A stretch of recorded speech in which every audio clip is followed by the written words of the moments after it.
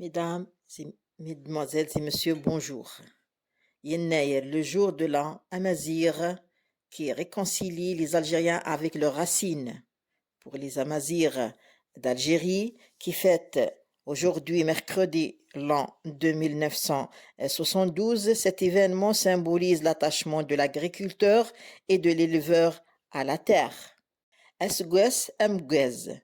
Cette expression amazigh berbère qui signifie bonne année est sur toutes les lèvres en Algérie, à la veille, aujourd'hui, de la célébration ce mercredi, 12 janvier de Yennayer, premier jour de l'an, du calendrier agraire berbère, fête aussi dans la majorité des pays d'Afrique du Nord et dans la région du Sahel. Cet événement est célébré de manière particulière par les Algériens. Dans tout le territoire national de l'Est à l'Ouest et du Nord au Sud, l'Algérie vit au rythme des festivités en tout genre. Cérémonies officielles, expositions religieuses et coutumes ancestrales et étalage de l'art culinaire et vestimentaire local allant du couscous au poulet aux différentes formes de gâteaux. Les familles algériennes ne ratent pas ce rendez-vous dont l'appellation diffère aussi selon les régions. Si Yennayer est le plus utilisé dans le pays, on l'appelle aussi Ayret dans la région de Tlemcen, à l'extrême ouest de l'Algérie, ou Am Arab, l'an arabe, dans certaines régions arabophones, mais la signification reste la même. Pour les Amaziras d'Algérie, qui fêtent l'an de 1972, cet événement symbolise l'attachement de l'agriculteur et de l'éleveur à la terre.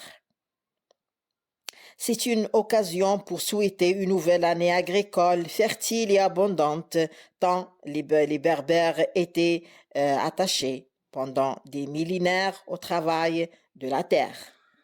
Un autre symbole identitaire, reconnu officiellement comme une journée nationale chômée et payée depuis janvier 2017, le nouvel an berbère est aussi un symbole identitaire et historique. Il renvoie à une appartenance à une langue et une culture qui ont résisté au temps et aux différentes colonisations et invasions de l'Algérie et de l'Afrique du Nord en général.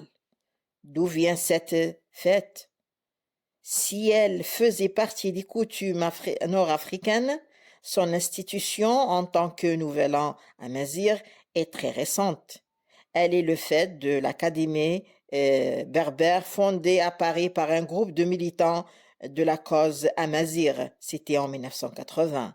Et c'est Ammar Negadi qui mit en avant un calendrier berbère fondé sur un événement marquant dans l'histoire du peuple amazigh, un fait historique incontestable pour en faire le point zéro du calendrier.